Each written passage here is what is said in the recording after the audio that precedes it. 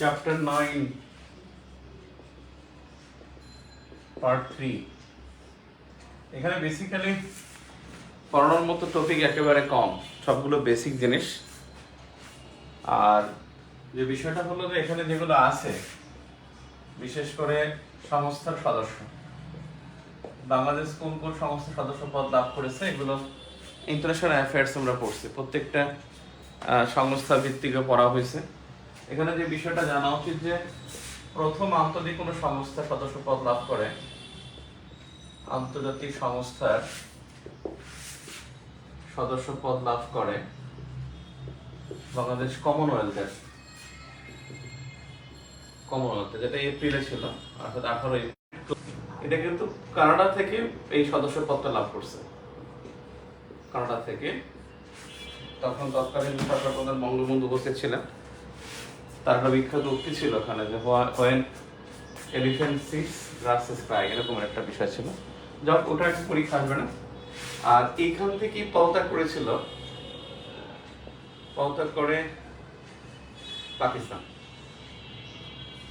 Commonwealth ত্যাগ করে আর কি, কমনওয়েলথ ত্যাগ করে আর কি। পরেরবার ফিরে আসছে, কিন্তু সম্মেলন ত্যাগ করেছিল। এখানে একটা বিষয়, এটা সদস্য একেবারে সদস্য পদ ত্যাগ করেছে। আর বিডি 1974 সালে লাহোরে ওআইসি সদস্য পদ লাভ করে। তখন ওখানে হোস্ট ছিল পাকিস্তান, এবং হোস্ট হয়ে সে সম্মেলনস্থল ত্যাগ করেছিল, সম্মেলনস্থল ত্যাগ করেছিল, বাট সদস্য পদ ত্যাগ করে নাই। এটা একটা হিস্ট্রি আছে এখানে। বিশেষ করে 11টি মুসলিম দেশের পররাষ্ট্র মন্ত্রীরা আসছিল এখানে বাংলাদেশের তৎকালীন সরকার প্রধানকে নিয়ে যাওয়ার জন্য। সোমালিয়ার পররাষ্ট্রমন্ত্রীর ইয়াতে। এখন বিষয় হলো, যদি বলা হয় প্রথম ইউএন ভুক্ত যে সংস্থার সদস্য পদ লাভ করে, এবং সেটা ছিল WHO,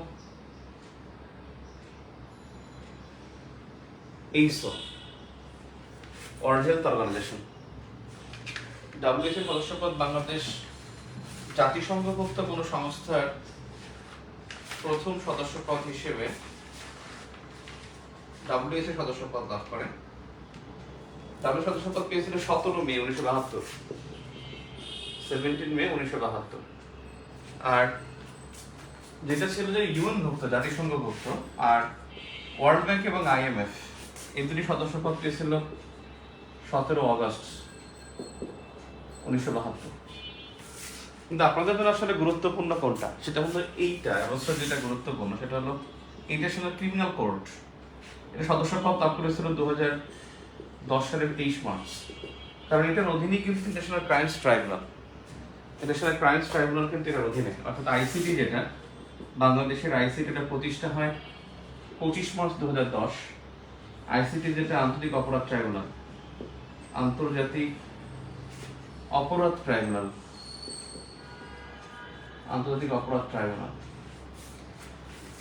এখানে আইসিটি আন্তর্জাতিক অপরাধ ট্রাইব্যুনাল বা international crimes tribunal, international CRIMES, crimes tribunal. এটা হলো গুম কমিশনের সদস্য বাংলাদেশ। গুম কমিশনের সদস্য 76, এবং এটা সদস্য পদ লাভ করছে গত বছর 29 আগস্ট 2024। 29 আগস্ট 2024। এখানে মনে রাখবেন, গুম দিবস যেটা, মানে ডিসঅ্যাপিয়ার ডে বা গুম দিবস, এটা কিন্তু হলো আপনার 30 আগস্ট। এবছর এই গুম দিবসটা ভেরি ভেরি ইম্পর্টেন্ট। আপনাদের গুম দিবসটা আপনাদের জন্য very very important.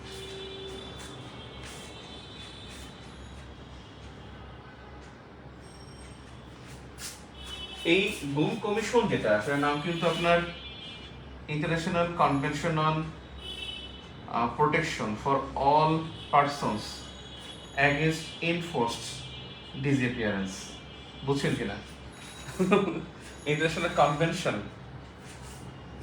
Convention on International Convention for Protection of all persons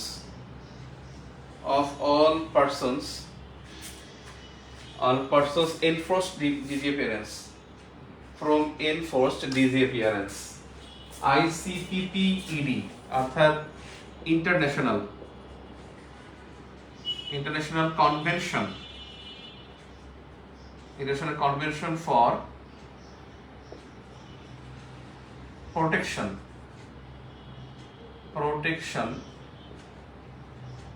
of all persons from enforced disappearance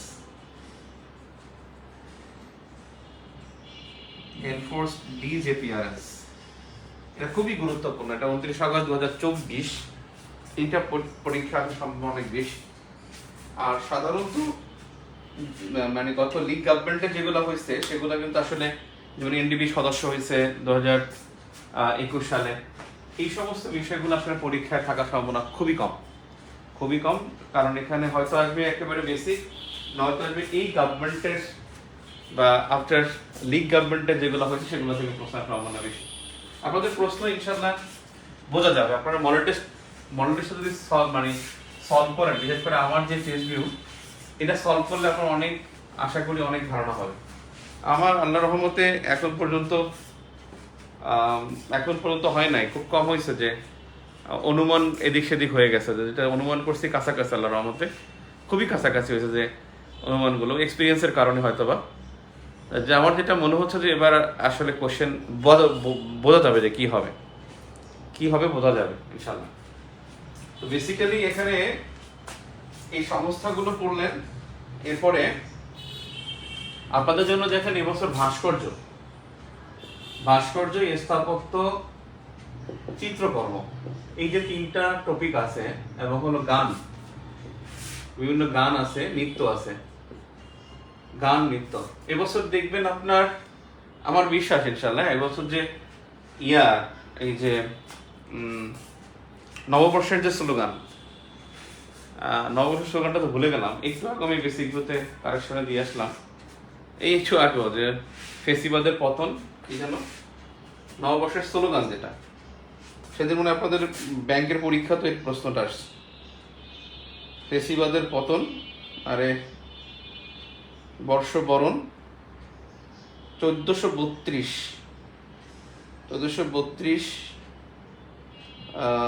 নববর্ষের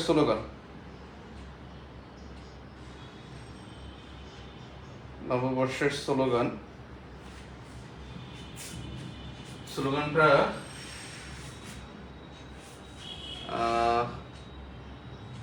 বদলে গেল। মঙ্গল শোভাযাত্রার নামটা পরিবর্তন হয়েছে, এটা দরকার, এর নাম আর মঙ্গল শোভাযাত্রা থাকবে তো নববর্ষবরণ আনন্দ শোভাযাত্রা। নববর্ষের নাম 1432, নববর্ষের নাম বর্ষবরণ আনন্দ শোভাযাত্রা, বর্ষবরণ আনন্দ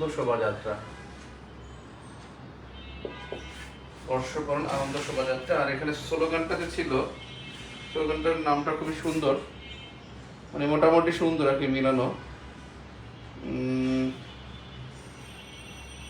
নববর্ষের ঐকতান, ফেসিবাদের অবসান, স্লোগান নববর্ষের ঐকতান, ফেসিবাদের অবসান,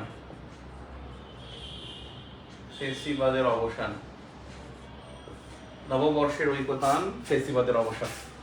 নৃত্য আছে, চিত্রকর্ম আছে। এখানে বেসিক্যালি চিত্রকর্ম যেগুলো হতে পারে, এখানে চিত্রকর্ম গুরুত্ব পাবে যে বিষয়টা, সেটা হলো যে জয়নুল আবেদিন, শিল্পাচার্য জয়নুল আবেদিন গুরুত্ব পাবে, এবং তার যে মনপুরে 70 কিন্তু 74 সালে আসছে, এটা আসছে কিন্তু 74 সালে, কিন্তু এটা 74 দুর্ভিক্ষ না, এটা কিন্তু 70-এর ঘূর্ণিঝড়কে নিয়ে, 70-এর ঘূর্ণিঝড়কে নিয়ে। মনপুরা 70 এটা 70-এর ঘূর্ণিঝড়কে কেন্দ্র করে হয়েছে। এই একটা বিষয়। একটা হলো যে স্বৈরাচার বিরোধী যেটা আছে কামরুল হাসানের, স্বৈরাচার বিরোধী যে কামরুল হাসানের কয়েকটা জিনিস আছে। একটা হলো যে বিশ্ব বেহায়া মনে হয় কামরুল হাসান হলো যে দেশ আজ বিশ্ব বেহায়ার খপ্পরে। 1988 সালে তিনি আসছিলেন এই সাথে চিন্তা করে দেশ আজ বিশ্ব বেহায়ার খপ্পরে, দেশ আজ বিশ্ব বেহায়ার খপ্পরে। এইটা 1988 সালে আসছিলেন পটুয়া কামরুল হাসান। এটা স্বৈরাচার বিরোধী অর্থাৎ এরশাদ বিরোধী তার একটা চিত্রকর্ম ছিল। এরশাদ বিরোধী জনআবেদিনের এরশাদ বিরোধী কিছু নাই, কারণ জনআবেদিন মারা গেছেন 1976 সালে। বাংলাদেশের শোকের সাল, বিখ্যাত ব্যক্তিবর্গের মৃত্যু সাল। এই শোকের সাল কিন্তু 1976। মারা গেছেন এই সময় ভাসানী, মারা গেছেন জয়নুল, মারা গেছেন জসিমউদ্দিন, কবি জসিমউদ্দিন, মারা গেছেন কাজী নজরুল। জয়নুল, নজরুল, জসিম এবং ভাসানী এরা মারা গেছেন 1976-এ। এটাকে বলা যায় যে শোকের সাল। আরেকটা বিষয় হলো যে এখানে অনেক চিত্রকর্ম আছে, হ্যাঁ, বিশেষ করে স্বোপার্জিত স্বাধীনতা সংগ্রাম, এগুলো পরীক্ষায় থাকবে না। স্বাধীনতার সাথে রিলেটেড ভাস্কর্য আপনার এবার পরীক্ষার সম্ভাবনা খুবই কম, নাই বললেই চলো। অদম্য 24 যেটা লিখে দিছি এটা ইম্পর্টেন্ট, আসার সম্ভাবনা খুবই কম, এটা ট্রু। আরেকটা বিষয় হলো যে এখানে স্থাপত্য ভাস্কর্যের মধ্যে যেটা অপরাজেয় বাংলাটা গুরুত্বপূর্ণ, অপরাজেয় বাংলা এটা গুরুত্বপূর্ণ। আর ও রাজু স্মৃতি ভাস্কর্য যেটা রাজু স্মৃতি ভাস্কর্য, যেটা এরশাদ বিরোধী আন্দোলনে পতন হয়, রাজু খুন হয় এরশাদ বিরোধী আন্দোলনে। রাজু স্মৃতি ভাস্কর্য যেটা ঢাকা বিশ্ববিদ্যালয়ে অবস্থিত। ঢাকা বিশ্ববিদ্যালয়ে যে রাজু স্মৃতি ভাস্কর্য, এটা হলো শ্যামল চৌধুরী, রাজু স্মৃতি ভাস্কর্যের কি যেন নাম, শ্যামল চৌধুরী, শামীম শিকদার আর শ্যামল চৌধুরী দুইটার মধ্যে গোলায় যায়। রাজু ভাস্কর্য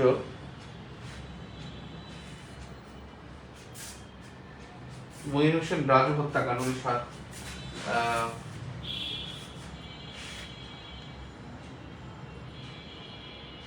1992 সালে খুন হয়েছিল। রাজু সন্ত্রাস বিরোধী মিছিলে খুন হয় 1992 সালে। আমি যেটা ডাক্তার মিলনকে আমি এখানে অ্যাড করে ফেলছি। কারণ নিঝুম ভাস্কর্য যেটা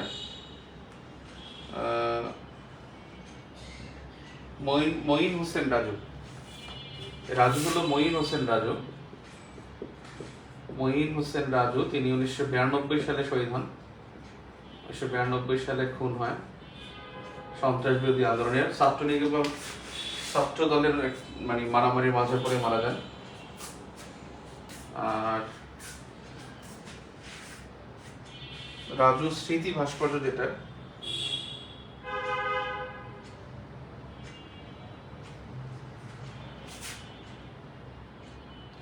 শ্যামল চৌধুরী, রাইট। শামীম শিকদার হলো স্বোপার্জিত স্বাধীনতার ওটা শ্যামল চৌধুরী।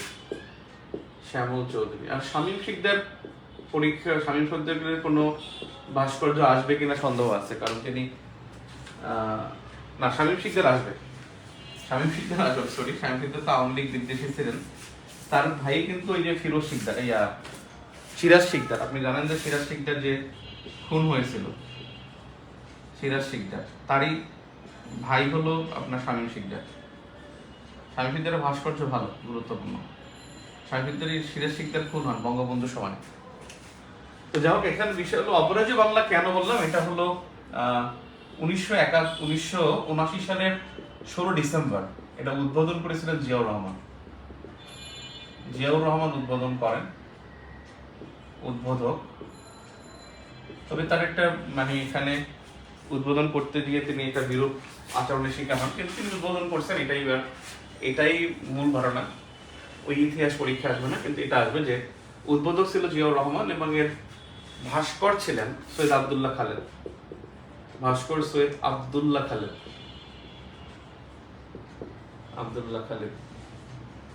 আব্দুল্লাহ খালেদ উনি ছিলেন ভাস্কর্য। এবং এই অপরাজয় বাংলা শিক্ষা প্রতিষ্ঠানে প্রথম ভাস্কর্য, শিক্ষা প্রতিষ্ঠানের প্রথম ভাস্কর্য,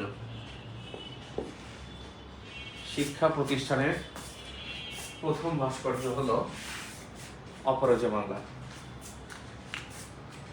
আরেকটা জিনিস, সংসপ্তক এটা ভালো, সংসপ্তক কোনো কিছু না পাইলে ওরা কিন্তু বেসিকে চলে যাবে। সংসপ্তক যেটা হামিদুজ্জামান এই সংসপ্তক জাহাঙ্গীরনগর বিশ্ববিদ্যালয়, এটা হলো উচ্চতম শহীদ মিনার। এটা কিন্তু স্মৃতিসৌধ না, শহীদ মিনার। 1952কে কেন্দ্র করে সংসপ্তক হয়, সংসপ্তক হয় 1952কে কেন্দ্র করে।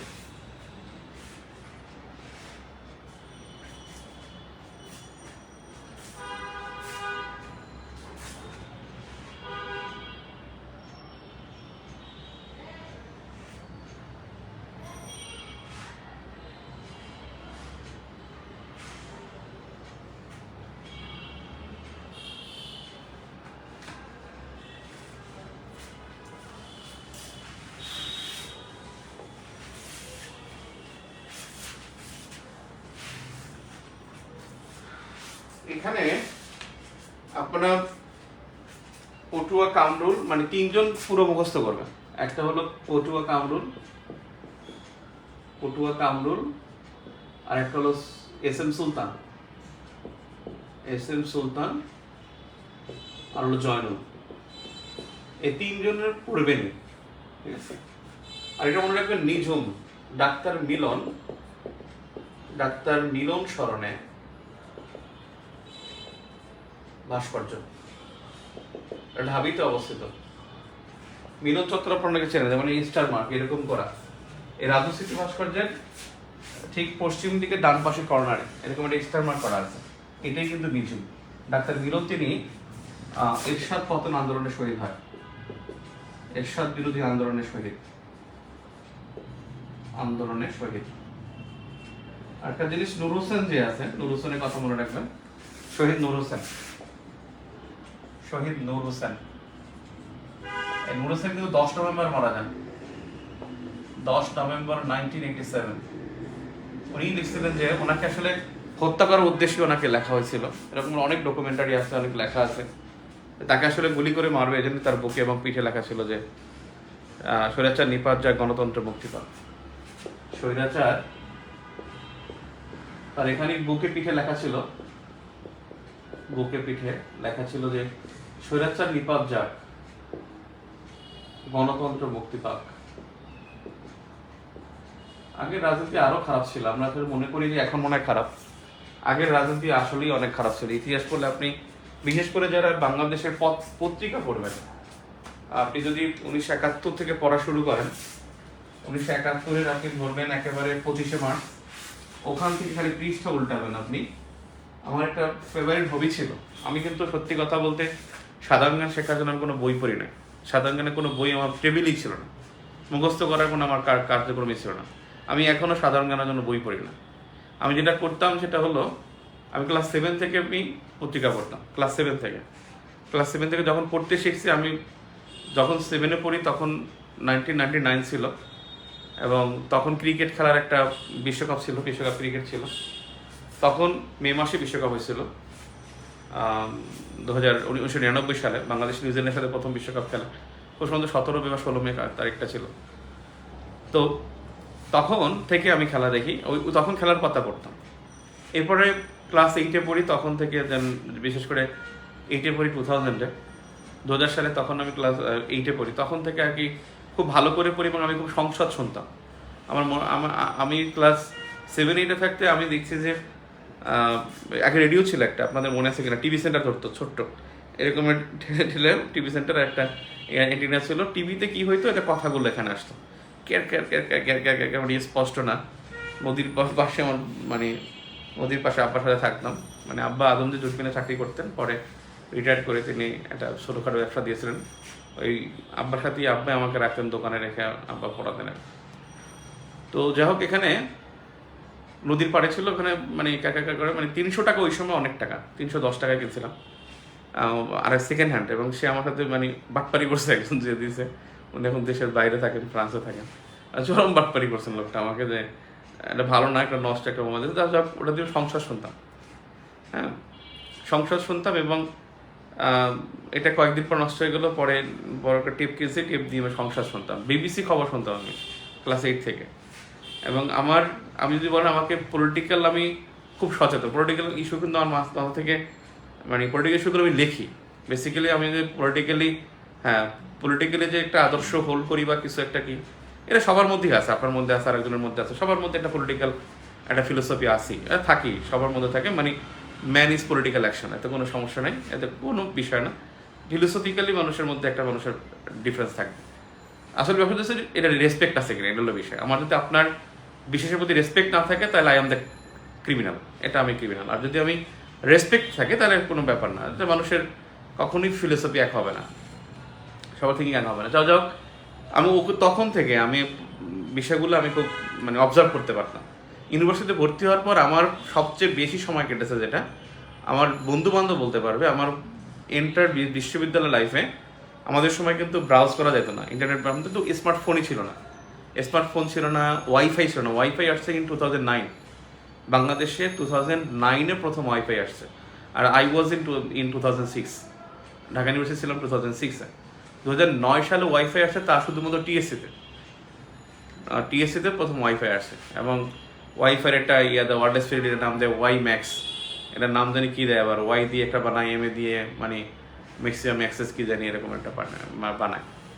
তো যা হোক, এখানে ওই যে ছিল আপনার সাইবার ক্যাফ ছিল, সাইবার ক্যাফটা ছিল আমাদের ব্রিটিশ কাউন্সিলে, 500 টাকায় কাট করতে হতো সারা বছরের জন্য।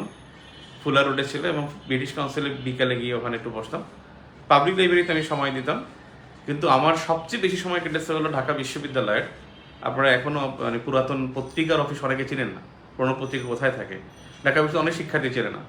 পুরাতন পত্রিকার ওখানে আমার কেটেছে। আমি 71-এর পত্রিকা টু দ্য পয়েন্টটা পড়েছি, আমি তারিখ সহ অনেক কিছু বলতে পারবো, যে কোন তারিখে কোন ঘটনা রাখছে। এবং দৈনিক পাকিস্তান, দৈনিক ইত্তেফাক, দৈনিক আজাদি, তারপর হলো এই পত্রিকাগুলো কিন্তু আমি তখন দেখেছি। দৈনিক সংগ্রাম পত্রিকা কিন্তু ওই সময় ছিল, এখনও আছে, এখন আছে কিনা জানি না। সংগ্রাম পত্রিকা তখনও ছিল, সংগ্রাম জামাত ইসলামের মুখপত্র ছিল তখন। দৈনিক পাকিস্তান পত্রিকা, আজাদি, সংগ্রাম, এগুলো সবগুলো থ্রু দ্য পয়েন্টে দেখতাম। এবং ওইটা দেখে দেখে আমার একটা মানে লার্নিং হয়েছে। এবং 2008 সাল থেকে আমি সাধারণ জ্ঞান পড়াই অ্যাডমিশন কোচিংয়ে।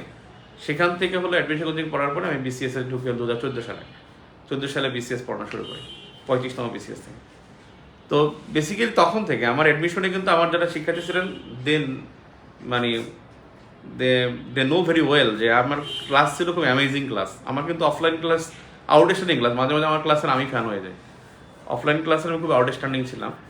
তো যাই হোক, অ্যাডমিশন কোচিং আমি খুব মানে টপ টিচার ছিলাম। আমি এমন ছিল যে অ্যাডমিশন কোচিংয়ে তখন 2010 সালে আমি 5,000 টাকা ফি নিয়ে 4,000 টাকা ফি নিয়ে পড়াতাম। 10 সালে 4,000 টাকা ফি নিয়ে আমি পড়াতাম, মানে অনলাইন মানে অফলাইনে। সাধারণ জ্ঞান প্রাইভেট পড়তে হয়, এই কালচারটা আমি শুরু করেছিলাম।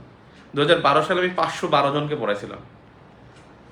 2012 সালে 512 জনকে আমি প্রাইভেট পড়াইছিলাম। এবং তখন আমি খুবই ছোট, কিন্তু তখন মানে ব্যাপক টাকা, 500 জন পড়ানো, ফি 4500, 5,000 টাকা, ব্যাপক টাকা। ওই সময় 20 লাখ, 18 লাখ, 20 লাখ টাকা অনেক টাকা। তো বেসিক্যালি তখন থেকে আমি আসলে এই বেসিক্যালি এগুলো পড়তাম। ওই যে পত্রিকা পড়তাম, ওই পড়তে পড়তে আমার ওই হিস্ট্রি চলে যেত। আমি ছয় দফা পড়তে গেলে আমি 60 সালের পত্রিকা গিয়ে খুঁজে 6 দফার ইতিহাস পড়তাম। যুক্তফ্রন্ট পড়তে গেলে 54 সালে পত্রিকা পড়তাম। মানে ঢাকা বিশ্ববিদ্যালয়ের সেন্ট্রাল লাইব্রেরিতে প্রথম পত্রিকা অফিসে সিন্স 1948, 1948 সাল থেকে প্রত্যেকটি পাতা ছিল, পাতা এখনও আছে। এবং ওগুলো আমি বের করে পড়তাম। এবং সেজন্য আমি ইতিহাস যদি কেউ দেখে, বিশেষ করে 71-এর পর 72, 73, 74, 75, আপনি দেখতে আসবেন। আপনি যখন 91 পর্যন্ত আসবেন, দেখবেন আসলে that was not easy. Bangladesh একটা ইজি একটা কান্ট্রি ছিল না, মানে সুশাসন তো ছিলই না। এবং আপনি দেখবেন হত্যাকাণ্ডে ভরা ছিল।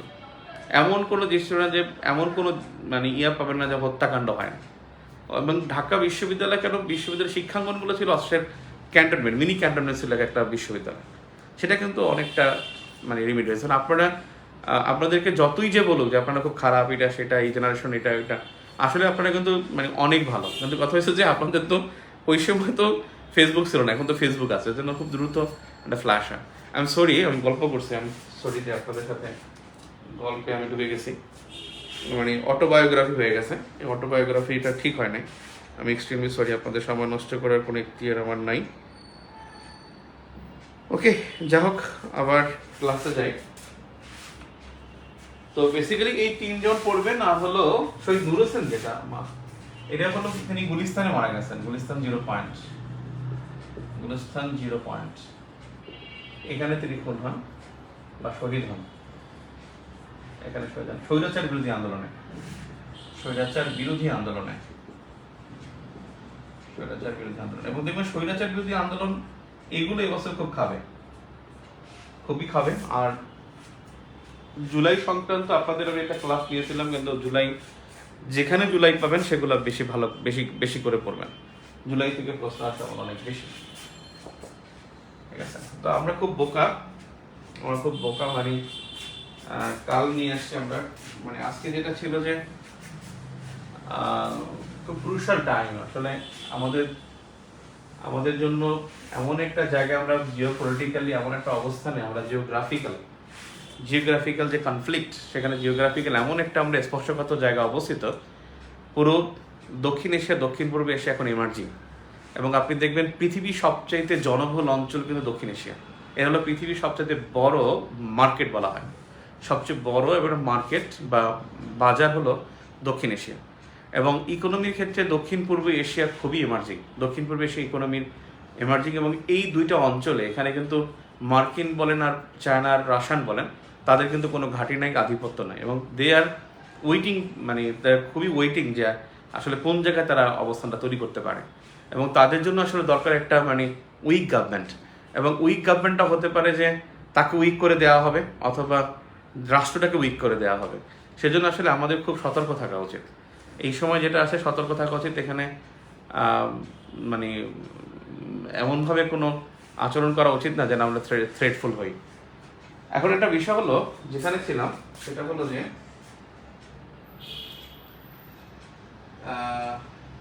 আমরা যে যুদ্ধে জড়াচ্ছি আল্লাহ জানে, তবে এটা একটুখানি দেখা গেল যে খবর পেলাম যে রাশিয়ান এবং চাইনিজ আর্মি তারা মিয়ানমারে অবস্থান করছে, তাদের হাই অফিসিয়ালস। বাংলাদেশও ইউএস আর্মির অফিসিয়ালসরা আছেন। এখন একটা জিনিস হলো যে আসলে হাই অফিসিয়ালসরা কি করে, তারা হলো উর্দি পড়ে আসে। তারা মানে হার্ড পাওয়ার এবং সফট পাওয়ার বলে কথা আছে। Hard power always the military power, hard power এটা হলো মিলিটারি পাওয়ার। একটা রাষ্ট্রের হার্ড পাওয়ার হলো military and economic power. Basically economic power এটা থাকতেও পারে, যদি বোথ থাকে তাহলে ভালো, স্মার্ট পাওয়ার হয়ে যায়।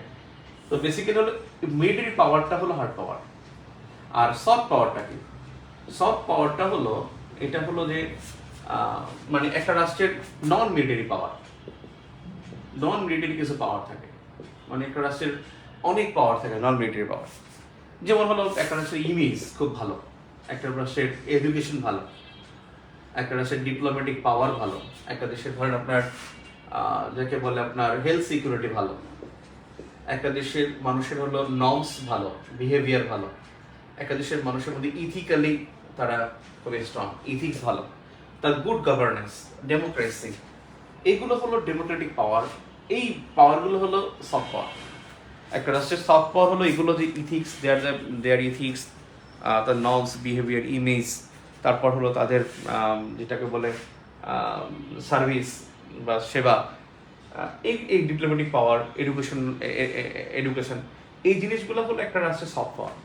তো বেসিক্যালি কি করে যারা সুপার পাওয়ার হলো যে দেশটা আসলে ইকোনমিক এবং মিলিটারি দিক থেকে তারা খুব ইকোনমিক, এবং সুপার পাওয়ার যারা, তারা হলো economic and military boss, economic plus military boss. এরা হলো বেসিক্যালি আপনার সুপার পাওয়ার। তো সুপার পাওয়ার যারা থাকে তারা বেসিক্যালি কি করে, তারা মিলিটারি পাওয়ারটাকে এমন ভাবে শো করবে যাতে মনে হবে যেন এটা তারা সফট পাওয়ার কাজ করতেছে, সফট পাওয়ারের কাজ করতেছে। যেমন তারা কি করবে, তারা মিলিটারিতে কি করবে, তাদেরকে ফায়ার সার্ভিস ট্রেনিং দিবে, তাদেরকে রেস্কিউ কীভাবে, একজন ডুবে গেছে তাকে রেস্কিউ করতে হবে কীভাবে, কীভাবে রান্না করতে হবে, কীভাবে যে কোন খাবারটা খেতে হবে, তাদেরকে মেডিকেল সার্ভিস দেয়া, তাদেরকে হয়তো এডুকেশন দেয়া, তারা বিভিন্নভাবে তারা সফট পাওয়ারের কাজ করবে, অর্থাৎ তারা ট্রেনিং দিবে। তারা কি করবে, এখানে ধরেন আপনার তারা হলো যে মানে গেরিলা ট্রেনিং দেবে, যে সাহস বাড়াবে। অর্থাৎ মনে হবে যেন তারা কি করতেছে, তারা বেসিক্যালি সফট পাওয়ার নিয়ে কাজ করতেছে, তারা গুড গভর্নেন্স শিখাবে, তারা ডেমোক্রেসি শিখাবে, তারা বিভিন্ন মানে স্টাডিজ বা কৌশলগত অধ্যয়ন, এই বিষয়গুলো তারা মানে এক্সারসাইজে দেখাবে। তখন মনে হবে যে না, আসলে তারা সফট পাওয়ারে কাজ করতেছে। আসলে মিডিয়ারি যখন এই সফট পাওয়ারে কাজ করে তখন বুঝতে হয় যে মানে একটা ডিপ্লোমেসিতে একটা ওয়ার্ড, একটা সেন্টেন্স আছে যে when you show off something different absolutely you are hiding something. যখন তুমি কিছু একটা এক্সেপশন, কিছু একটা শো করতে চাও, absolutely you are hiding something, তুমি অ্যাবসলিউটলি অন্য কিছু হাইড করতেছো। মানে তুমি যখন একটা কিছু এক্সেপশনাল কিছু শো করবা, তাহলে বুঝতে হবে তুমি একটা কিছু হাইড করতেছো। এটা ডিপ্লোমেসির একটা বিষয়, এবং ডিপ্লোম্যাটরা সবসময় যেটা করে, তারা এই বিষয়টাকে মাথায় রাখে, এবং তারা সবসময় এপিয়ারেন্স এবং রিয়েলিটির মধ্যে পার্থক্য সৃষ্টি করে। যে এপিয়ারেন্স হলো কি 2-2-4 হয়, আর রিয়েলিটি কি হয়, রিয়েলিটি 2-2 অনেক সময় 5ও হয়, রিয়েলিটি 2 হয়। তখন আজকে দেখেন আপনি আর আমি দুইজন, আর একজন দুইজন, এই দুজন যোগ করলে কিন্তু ঠিকই কি হবে, 2-4 হবে। কিন্তু শেখ হাসিনা খালেদা জিয়া যোগ করলে, তারেক রহমান আর ইশরাক, তারেক রহমান যদি যোগ করে, হাসান আব্দুল্লাহ যদি যোগ করে, তখন কিন্তু দে আর নট দ্য 2-2-4, তখন কিন্তু তাদের দুইজন কিন্তু ভিন্ন জিনিস। তো এইটা হলো ফ্যাক্ট যে আসলে সবসময় কিন্তু এপিয়ারেন্স রিয়েলিটি ডিপ্লোম্যাটটা সেভাবে চিন্তা করবে না, যে এপিয়ারেন্স সবসময় কিন্তু ইজ নট দ্য রিয়েলিটি, অর্থাৎ রিয়েলিটিটা ভিন্ন হবে। এবং তারা সবসময় কিছু কোয়েশ্চেন আস করবে, মানে তারা কোয়েশ্চেন আস করবে, তারা বিহেভিয়ার দেখবে, তারা ফোরকাস্ট করবে, এবং তারা হলো অনেক সময় অনেকগুলো মানে ফোরকাস্ট আগের বিষয়গুলো নিয়ে তারা অ্যানালাইসিস করবে যে আসলে সে শো অফ সামথিং ডিফারেন্ট কেন। এখন বিষয় হলো যে এই মিডিয়ারি পাওয়ার যখন সফট পাওয়ারে কাজ করে, তখন আসলে এখানে কিছু কোয়েশ্চেন থেকে যায়, কোয়েশ্চেন করতে হয়, নিজে নিজে তৈরি করতে হয়, যে আসলে এখানে কি কোয়েশ্চেন তৈরি করতে হয়, যে এখানে কি হতে পারে, সামথিং ফোরকাস্টিং। তারা মানে ডিপ্লোম্যাটরা কিছু ফোরকাস্ট নিয়ে আলোচনা করে। যার আরেকটা বিষয় হলো যে যখনই সফট পাওয়ার যখন মানে সফট পাওয়ারফুল হয়, একটা রাষ্ট্র যখন সফট পাওয়ারফুল হয়, এই সফট পাওয়ারফুল হওয়ার পরে সে কিন্তু চায় যে হার্ড পাওয়ার তার ক্যারি করতে, কারণ এইগুলো তার সিকিউরিটি দরকার, তার গুড গভর্নেন্স, ডেমোক্রেসি, এটা সেটা আছে, তাকে বহির্বিশ্বের আক্রমণ, যেমন একটা আছে না democratic peace theory. Democratic peace থিওরিতে কি আছে? ডেমোক্রেটিক পিস থিওরিতে আছে যে কোনো শান্তিপূর্ণ দেশ সে কিন্তু সেফ না যখন আরেকটা অশান্তিপূর্ণ দেশ থাকবে। একটা ডেমোক্রেটিক স্টেট একটা নন ডেমোক্রেটিক স্টেটের কাছে সেফ না। নন ডেমোক্রেটিক স্টেট এটা সে যে কোনো সময় ক্ষতি করতে পারে। ইউরোপিয়ানরা দে আর প্র্যাকটিসিং দ্যাট, যে সবসময় এটা তারা মনে করে যে কোনো নন ডেমোক্রেটিক ন্যাশন এরা কখনোই আমাদের জন্য উপকারী হতে পারে না। আর এটা তারা বিশ্বাস করে যে একটা Democratic nation always safe for us, অর্থাৎ যখন বোথ পার্টি ডেমোক্রেটিক হবে, প্র্যাকটিস করবে, তখন ওখানে পিস এস্টাবলিশড হবে। যখন এক পক্ষ ডেমোক্রেটিক আর এক পক্ষ নন ডেমোক্রেটিক, তখন সেখানে পিস হবে না। যখন দুই পক্ষই কি হবে, নন ডেমোক্রেটিক হবে, তারা যখন মানে আনএডুকেটেড হবে, তখন দুই পক্ষই ধ্বংস হওয়ার আশঙ্কা থাকবে। আর দুই পক্ষ যত ডেমোক্রেটিক হবে, তত বেশি শান্তি প্রতিষ্ঠিত হবে। পৃথিবীতে শান্তি প্রতিষ্ঠার জন্য তারা ডেমোক্রেটিক পিস থিওরি বলছে, যে যত বেশি ডেমোক্রেটিক প্র্যাকটিস ন্যাশন বেশি হবে, প্র্যাকটিসিং ন্যাশন যত বেশি হবে, তত বেশি শান্তি বিরাজ করবে। আর ডেমোক্রেসি যখন অমিট হবে, তখন আস্তে আস্তে শান্তি বিলীন হয়ে যাবে। তো এখন যেটা করে সে হলো, এই যখন তার এই পাওয়ারগুলো থাকে, তখন সে চায় আসলে আমার হার্ড পাওয়ারটা দরকার, কারণ আমার এখানে আসলে সিকিউরিটির জন্য আমার হার্ড পাওয়ার দরকার। জার্মানি এটা জানতো যে আমার আসলে কি, আমার সফট পাওয়ার আছে, আমাকে হার্ড পাওয়ারফুল হতে হবে। কারণ একটা সময় সারা বিশ্বে কিন্তু যে কটা ইউরোপিয়ানরা সাম্রাজ্য ছিল, তার মধ্যে প্রুশিয়া সাম্রাজ্য বা জার্মানরা কিন্তু ব্যাপক মানে উন্নত ছিল, এবং তারাই কিন্তু 2টা বিশ্বযুদ্ধ ঘটে গেছে। আবার কানাডা কিন্তু তারা কিন্তু সফট পাওয়ারফুল, তারা কিন্তু এখন হার্ড পাওয়ারফুল হয়ে যাচ্ছে। আপনারা দেখেন আজকে পত্রিকা আসছে যে গোল্ডেন ডোম করবে তারা, ইয়ার মতো আয়রন ডোমের মতো। ইসরায়েল যেমন তাদের প্রতিরক্ষা ব্যবস্থা হলো আয়রন ডোম, ঠিক তেমনি গোল্ডেন ডোম করবে ইউএসএ, এবং তার সাথে যুক্ত হবে কিন্তু কানাডা। তো কানাডার এটা দরকার হয় না, কারণ কানাডা কেন করবে? কানাডা এটা ভালো করে জানে যে কানাডা যখন তার সফট পাওয়ারফুল, তার ইকোনমি পাওয়ারফুল, সে এই প্র্যাকটিসগুলো করে থাকে, তার এই সিকিউরিটির জন্য তখন তার হার্ড পাওয়ার দরকার, এবং তখন সে হার্ড পাওয়ারফুলের দিকে যায়, মানে হার্ড পাওয়ারফুল হতে চায়। এখন বেসিক্যালি হলো যে বাংলাদেশে একজন প্রশ্ন করছে আসলে যুদ্ধ জড়াচ্ছি কিনা, আমরা যুদ্ধে জড়াচ্ছি কিনা, এমন একটা বিষয় হলো যে এখানে যুদ্ধ জড়াতে হলে আমাদের কোনো উইলনেস না থাকলে এখানে যুদ্ধ হবে না। আমাদের যদি কোনো উইলনেস থাকে তাহলে যুদ্ধ হবে। আমাদের উইলনেস থাকলে যুদ্ধ হবে, না তো হবে না। কারণ আমরা আসলে কি চাই সেটা হলো ফ্যাক্ট, যে আমরা যুদ্ধ বাদে কি একটা এমন পরিবেশ সৃষ্টি করতে চাই যে প্রলং হোক, একটা শাসন ব্যবস্থা প্রলং হোক, বা কেউ কোনো কোশ্চেন না করে, এটা চাই কিনা, বা আমরা এটা চাই কিনা, মানে ঝগড়াঝাটি করে পাশে লাগে।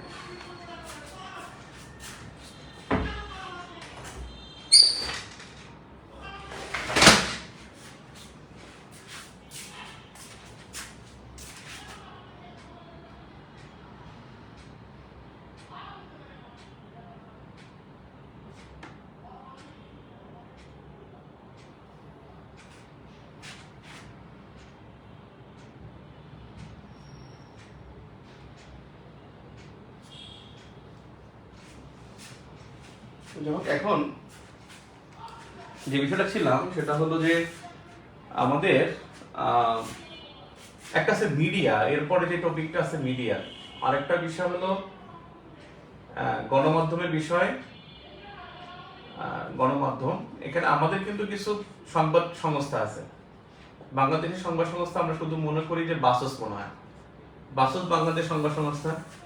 ইস্টার্ন নিউজ এজেন্সি, এটা কিন্তু এনা, যেটা এনা, এটা কিন্তু বাংলাদেশের সংবাদ সংস্থা। তারপরে আমাদের কিন্তু আরেকটা আছে, সেটা হলো সংবাদ সংস্থা, সেটা হলো আপনার তরঙ্গ নিউজ, তরঙ্গ নিউজ, বিডি নিউজ, এটা কিন্তু আমাদের সংবাদ সংস্থা। যদি বিডি নিউজ আসবে না, এটা আওয়ামী লীগের। তরঙ্গ নিউজ, এনা, বাসস, তারপরে হলো আপনার আরেকটা আছে ব্লিটজ, এটা কিন্তু বাংলাদেশের সংবাদ সংস্থা, প্লাস হলো ম্যাগাজিন, আনন্দ ম্যাগাজিন, যেটা ব্লিটজ, এনা,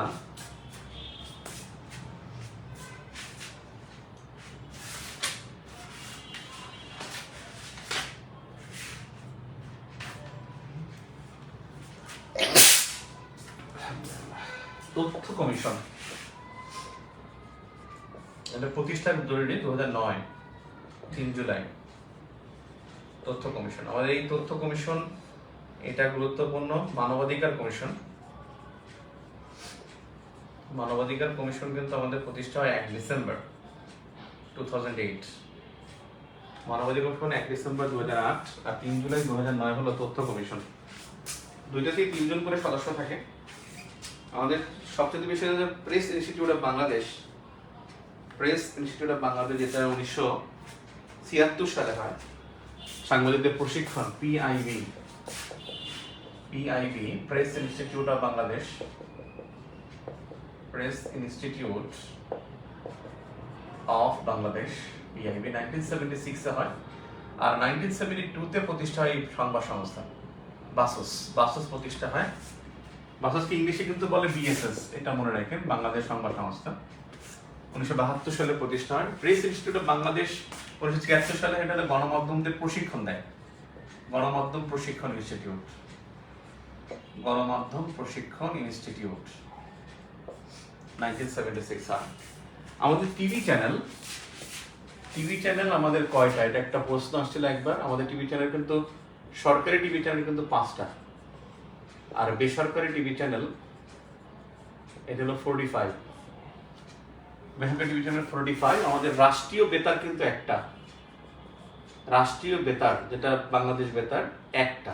আর যদি বলা হয় সরকারি বেতার, সরকারি বেতার হলো 14টা, সরকারি বেতার হলো 14টা। তো গণমাধ্যমের আছে, আর পুরনো পত্রিকা আছে। পুরনো পত্রিকা হয়, এগুলো আমি পড়াই দেবো না, এগুলো মুখস্থ করবেন, ডিরেক্ট মুখস্থ। আর আমি ইসের ব্যাখ্যায় আমি বুঝাই দেবো, যে ব্যাখ্যায়, যে প্রশ্নের ব্যাখ্যায়। আমাদের এই নবম অধ্যায় চ্যাপ্টার 9 এর উপর পরীক্ষা, এই পরীক্ষাটা হবে শনিবার, শনিবার রাত 9টায়, ইনশাল্লাহ রাত 9টায়। আগামীকালে কোনো ক্লাস নাই, শুক্রবার বন্ধ, শুক্রবার বন্ধ। আমার নিজেই ব্যস্ত থাকবো একেবারে রাত 10টা পর্যন্ত আগামীকালকে, ইনশাল্লাহ আল্লাহ বাঁচার। এখানে 44তম ভাইবা ব্যাচের মক ভাইবা হবে। তো এখানে শুক্রবার বন্ধ, শনিবার রাত 9টায় আপনাদের সাথে পরীক্ষার পরবর্তী ক্লাসে দেখা হবে। আপনাদের কোনো কোয়েশ্চেন থাকলে কোয়েশ্চেন করতে পারেন। না আমাদের টু দ্য পয়েন্টে পড়বে। হ্যাঁ, আমাদের আবার রিভিউ পরীক্ষাগুলো শুরু হবে 1 তারিখ থেকে।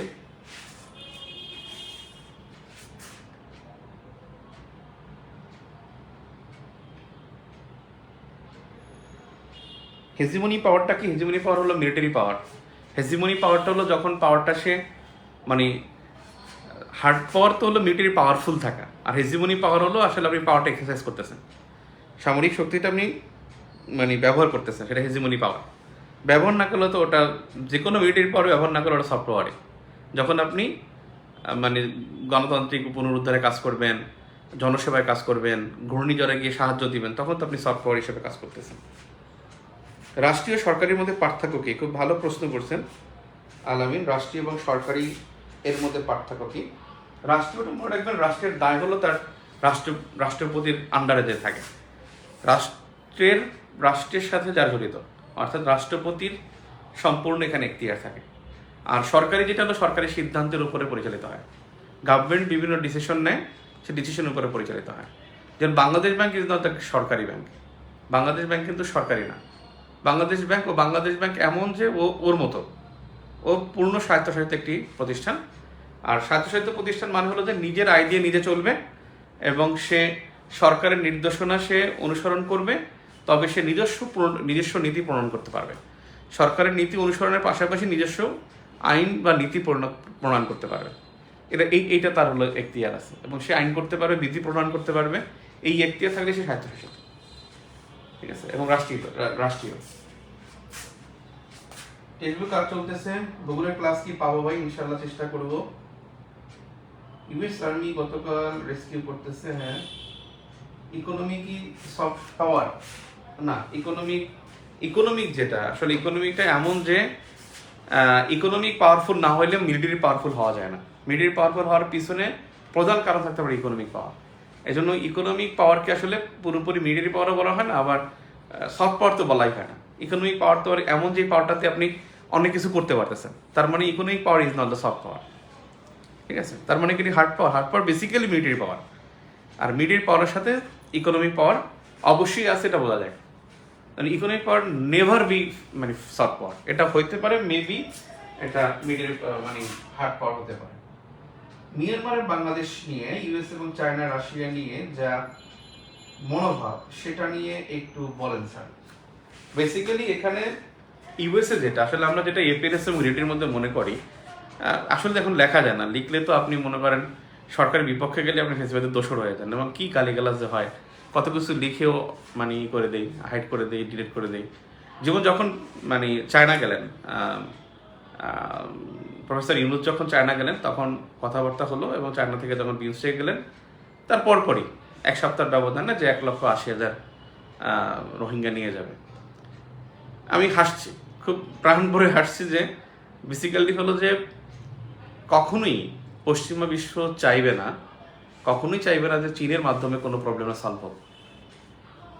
চীনের মাধ্যমে সলভ হয়েছে ইরান এবং সৌদির মধ্যে সম্পর্ক, দেখেন নাই 2023 সালে মার্চ মাসের 10 তারিখে যে সৌদি এবং ইরানের রাষ্ট্রদূতরা বেইজিং গিয়ে তাদের মধ্যে সম্পর্ক পুনরুদ্ধার করছে।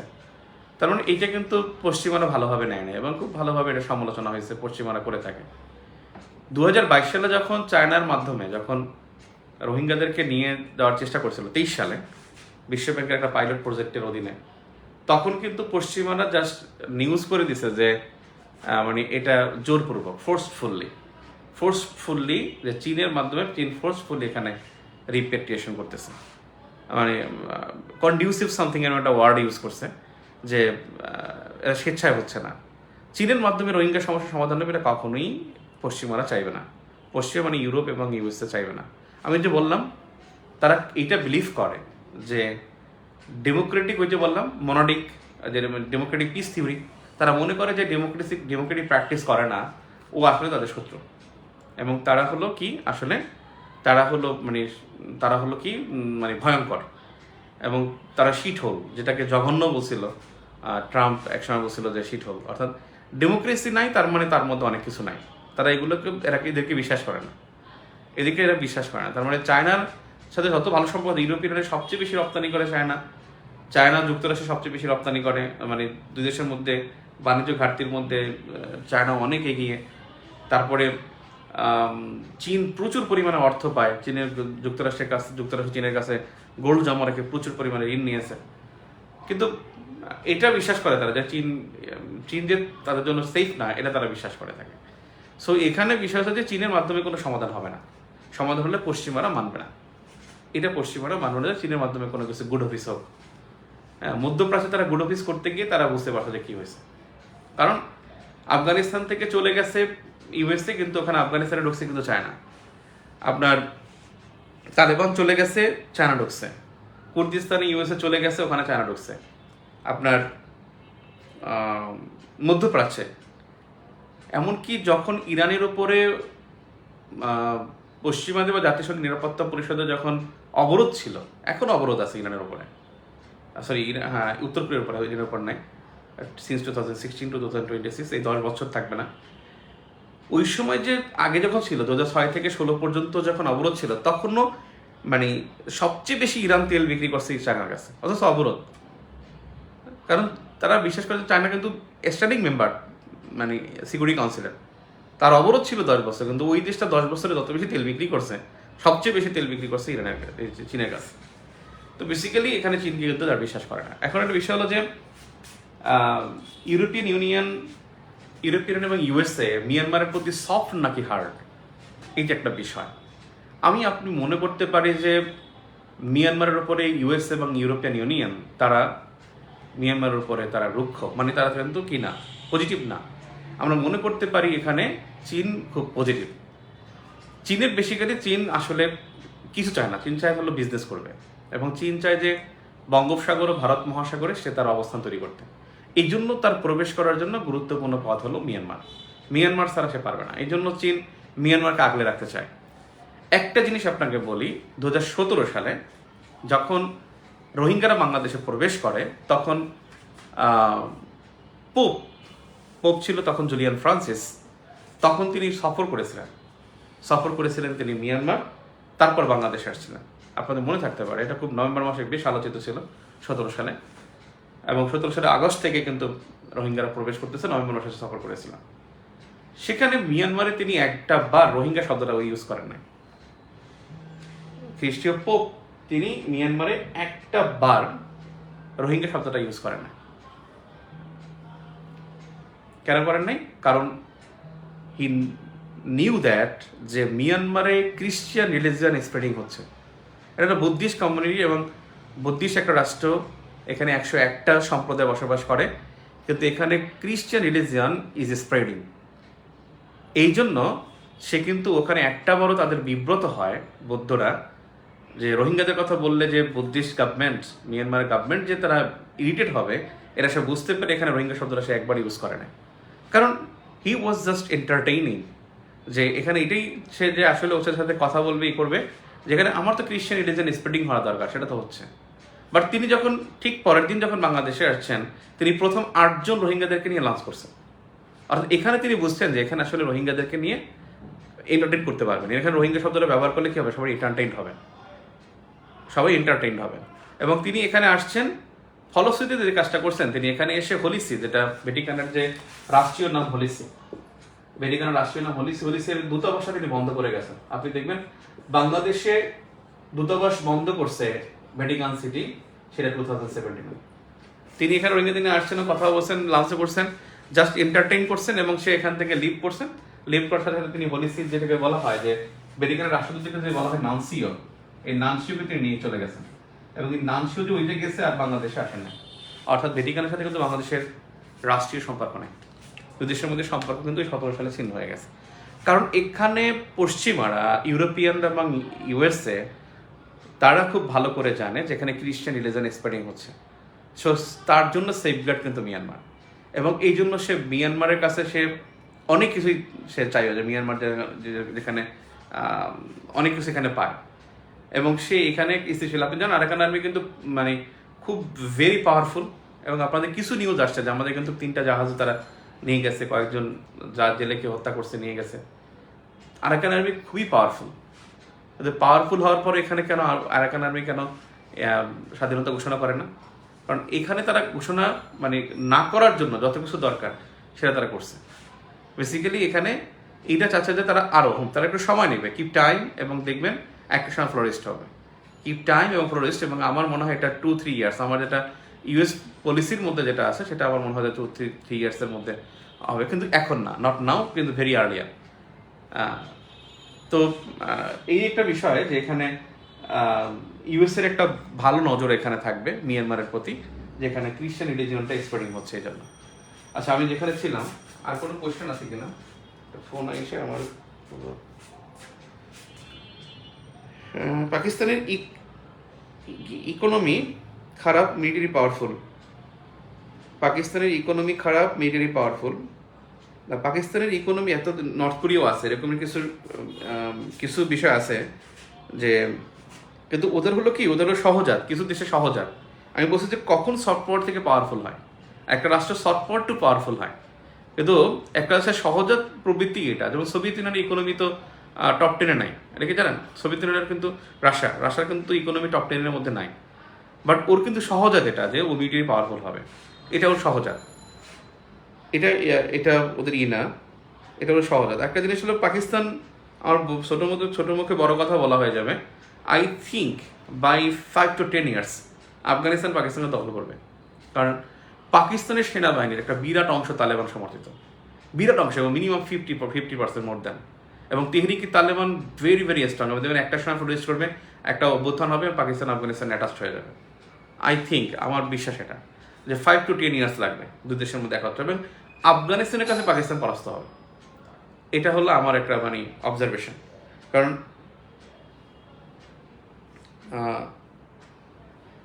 এটা হলো আমার একটা অবজারভেশন, তারা পাওয়ারফুল হবে আর কি। আচ্ছা, এনি কোয়েশ্চেন সো ফার?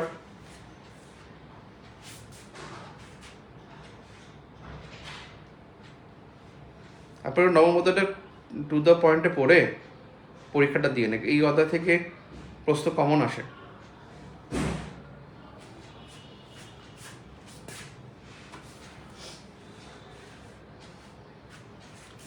ঠিক আছে, একটা বিষয় হলো যে এখানে মানে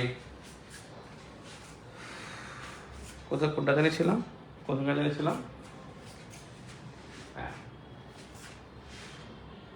তবে যেটা পারতো মানে বাংলাদেশ যেটা পারতো যে 2017-24 সালের অক্টোবর নভেম্বরের দিকেই আরাকান আর্মির সাথে নেগোসিয়েট করতে পারতো। নেগোসিয়েশন করাটা ওই সময় জরুরি ছিল, কারণ বাংলাদেশের তো দায় থাকতো না, নিউ গভর্নমেন্ট, সেক্ষেত্রে তারা আরাকান আর্মির সাথে নেগোসিয়েশন করতে পারতো। এখন তারা আরাকান আর্মির সাথে নেগোসিয়েট করার কোনো সুযোগই নেই, কারণ এখানে অন্য পার্টি ঢুকে গেছে, তার মানে এখানে নেগোসিয়েট করতে পারবে না, একটা জিনিস হলো আমাদের আসলে আমাদের মতো দেশে এখন যেটা দরকার আসলে, হ্যাঁ, আমাদের একটা জিনিস হলো যে ইউএসএর ইন্টেনশন কিন্তু সব দেশের কিন্তু খারাপ না। ইউএসএ কিন্তু জাপানকে তৈরি করছে, ধ্বংস করে তৈরি করছে। জাপান কিন্তু এখন পাওয়ারফুল, এবং জাপানের যে ডিফেন্স পলিসি সেটা হলো যে সে কাউকে অ্যাটাক করবে না, কিন্তু যদি অ্যাটাক করে তাহলে সে তার পরিণতি করবে। জাপান ইজ নট মানে এত জেন্টেল ছিল না, জাপান ওয়াজ ফেরোসাস, এতটা ছিল যে আপনি চিন্তা করেন চীনকে দখল করছিল দ্বিতীয় বিশ্বযুদ্ধের সময়, এবং চীনকে দখল করে তাকে মাঞ্চুরিয়া নাম দিয়ে দিয়েছে। এই জাপান কিন্তু বার্মা দখল করছিল দ্বিতীয় বিশ্বযুদ্ধের সময়, এই জাপান কিন্তু মালয়েশিয়াকে দখল করেছিল। দক্ষিণ পূর্ব এশিয়ার ম্যাক্সিমাম জাপানের অধীনে ছিল। জাপান এত জেন্টেল না, জাপান হিরোশিমা নাগাসাকি থাপ্পড় খায়া, যখন সে 5টা থাপ্পড় খাইছে, হিরোশিমা থাপ্পড় খাইছে, নাগাসাকি থাপ্পড় খাইছে, ওকিনাওয়া চলে গেছে, নিজের সংবিধানটা ইউএসএ লিখে দিছে, তখন সে বুঝতে পারছে যে আসলে এখন সে থ্যাঙ্কস একজন দিলে, একবার দিলে 3বার থ্যাঙ্কস দেয়, সে 3বার থ্যাঙ্কস মাথা নিচু করে থ্যাঙ্কস দেয়, এবং এখন সে খুব জেন্টেল। আসলে এতটা জেন্টেল কিন্তু জাপান ছিল না। এই জাপান ধ্বংস করে কিন্তু তৈরি করছে যে ইউএসএ। দক্ষিণ কোরিয়াকে সে তৈরি করছে, ভিয়েতনামকে, এই দক্ষিণ ভিয়েতনাম উত্তর ভিয়েতনাম যুদ্ধ, ভিয়েতনামকে ধ্বংস করে দিয়ে ভিয়েতনাম কিন্তু এই ইউএসএ কিন্তু তুলে নিয়ে আসছে। 1965 সালে ইন্দোনেশিয়া মালয়েশিয়া যুদ্ধের পর মালয়েশিয়া থেকে সিঙ্গাপুরকে স্বাধীন করে সিঙ্গাপুর কিন্তু সে গ্রেট ইকোনমি বানাইছে। এখন মাথাপিছু আয়ের মধ্যে টপ 3 কান্ট্রিজের মধ্যে একটা কিন্তু সিঙ্গাপুর, এটা কিন্তু ইউএসএ তৈরি করছে। এখন ইউএসএ বেসিক্যালি সব জায়গায় সে যে করবে সেটা না, সে কিন্তু সব জায়গায় ওরকম জাপান ভিয়েতনাম সে বানাতে পারে। এখন বাংলাদেশেও কিন্তু জাপান ভিয়েতনাম বানানোর মতো তার প্রচুর রিসোর্স আছে।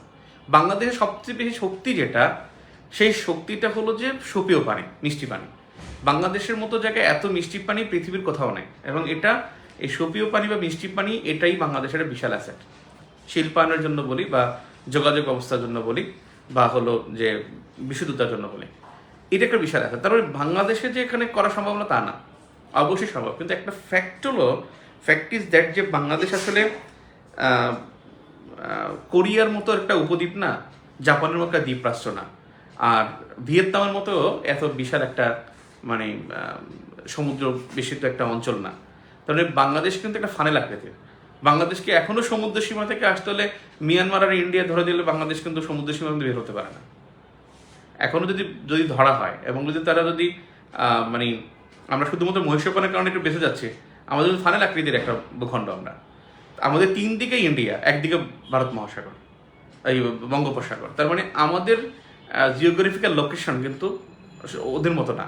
এখন বিষয় হলো যে আমাদের বন্দরের ব্যবস্থাপনায় ডিপি ওয়ার্ল্ড অনেক দেশে, মোর দ্যান 70 কান্ট্রিজ, তাদের কিন্তু 70 পোর্টস, কান্ট্রিজ না, 70 পোর্টস তারা কিন্তু এখানে ইজারা নিয়ে আছে। এখন সেসব দেশ তো উন্নত, বেলজিয়াম বলি, ইন্ডিয়া বলি, তো উন্নত, এবং তারা আছে। কিন্তু ব্যাপারটা হলো যে বেলজিয়ামে চায়না নাক গলাবে না, যেখানে ফ্ল্যাগশিপ ডিপ্লোমেসি, চায়নার ফ্ল্যাগশিপ ডিপ্লোমেসির উদ্দেশ্যই হলো যে বন্দরের ইজারা গ্রহণ। সে শ্রীলঙ্কার হাম্বানাতোতা বন্দর ইজারা নিয়েছে, মিয়ানমারের কিয়াকফু বন্দর ইজারা নিয়েছে, সে পাকিস্তানের গদার বন্দর নিয়েছে, সে কেনিয়ার মোম্বাসা বন্দর ইজারা নিয়েছে। তার কাছে খুবই চাহিদা হলো চট্টগ্রাম, মংলা, পায়রা, অথবা হলো আপনার মহেশখালীর যে এটা মাতারবাড়ি, একটা বন্দর সে ইজারা চায়, এবং বেকুল হয়ে চায়। সে পাগলের মতো হাসিনাকে সে ডিস্টার্ব করতো এই চায়না। এবং চায়না কিন্তু পায়রা কিন্তু এখনো খনন কাজটা করে, পায়রা খনন কাজ কিন্তু চায়না করতেছে।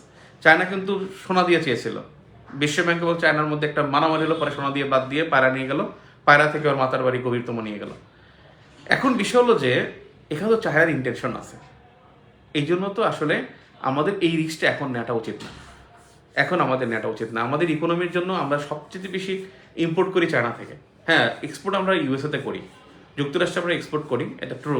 কিন্তু আমরা কিন্তু সবচেয়ে বেশি আমদানি চায়না থেকে করি। আমাদের এখানে ইনভেস্টমেন্ট বেশি, আমাদের শেয়ার বাজারে প্রচুর পরিমাণে ইনভেস্টমেন্ট কিন্তু চায়না, যেটাকে এফপিআই বলে, ফরেন পোর্টফোলিও ইনভেস্টমেন্ট, এটা কিন্তু সবচেয়ে বেশি হলো চায়না। তার মানে আমরা কিন্তু আমাদের ব্যাংকিং ব্যবস্থার একটা বিরাট জায়গা কিন্তু চায়নার দখলে, আমাদের অবকাঠামোগত চায়নার দখলে। ব্যাপারটা হলো যে চায়নার একটা বড় ইন্টেনশন আছে। আপনি এখান থেকে ছুটতে হলে কিন্তু আস্তে আস্তে ছুটতে হবে। আপনি হুট করে করলে এটা আমাদের, বিশেষ করে এখন ট্রেড ওয়ার চলতেছে, এই সময়টা একটা খুব সেন্সিটিভ টাইম, এবং এই সেন্সিটিভ টাইম আমার মনে হয় যে সতর্ক হওয়াটা জরুরি ছিল।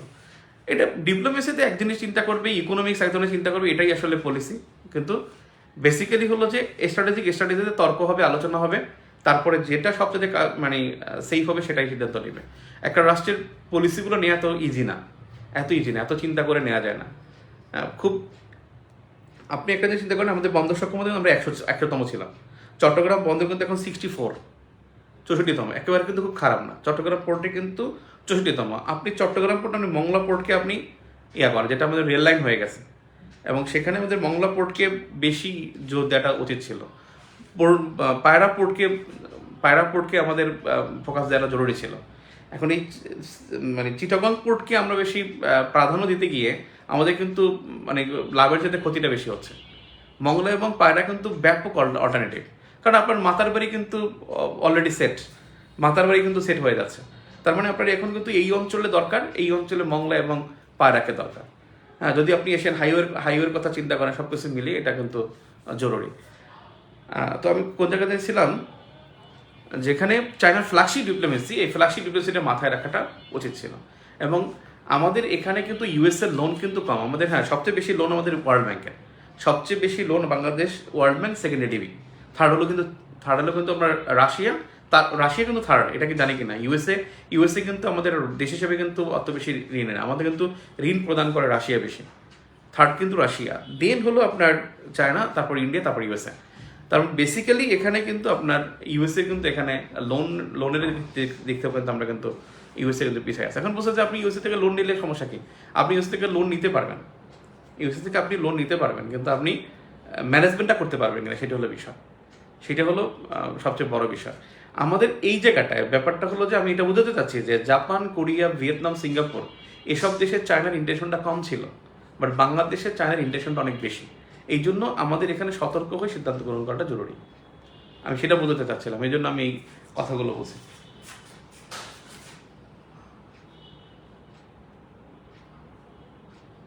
পত্রিকা প্রথম আলো পড়বেন, পত্রিকা প্রথম আলোই পড়বেন, ইনফরমেশনের জন্য এটা বেস্ট।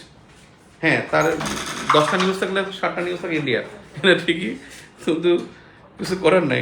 মানে প্রথম আলোকে বিট দেওয়ার মতো পত্রিকা বাংলাদেশ একটাও নেই, নাথিং। যেগুলো আছে আপনি যেগুলো চিন্তা করতেছেন, নাথিং, একেবারে নাথিং পত্রিকা। খালি দেখবেন শুধু হেডলাইনটাই কোনো রকম আছে, ভিতরে কিছু নেই, অসার। বাক্য ঠিক নাই, আমি চ্যালেঞ্জ দিলাম। অন্য পত্রিকার বাক্য পড়ে দেখবো যে বাক্যর মধ্যে কত ঘাটতি আছে। ও ব্যাকরণ তো মানেই না, ও ইচ্ছা মতো লেখে। হ্যাঁ, সেদিন একটা পত্রিকা লেখছে 14 গোষ্ঠী উদ্ধার করেছেন, অমুকের 14 গোষ্ঠী উদ্ধার করেছেন। 14 গোষ্ঠী উদ্ধার করেছেন, এটা কোনো পত্রিকার ভাষা হইতে পারে? সেই পত্রিকার লেখা এটা। ইসরায়েল নিয়ে কিছু বলবেন কি স্যার? ইসরায়েল এখন আমাদের যেটা দরকার, পরীক্ষার জন্য যেটা দরকার, সেটা হলো একটা কিন্তু অপারেশন চলতেছে, অপারেশন গিডিয়ন্স চেরিয়র্স, গিডিয়ন চেরিয়র্স, যে অপারেশনটা চলতেছে বর্তমানে। এই অপারেশনটা চলতেছে গত 16 মে থেকে অপারেশন শুরু করছে, যে গাজার পূর্ণ নিয়ন্ত্রণ নেওয়ার জন্য। গাজার পূর্ণ নিয়ন্ত্রণ নেওয়ার জন্য 16 মে থেকে অপারেশন গিডিয়ন্স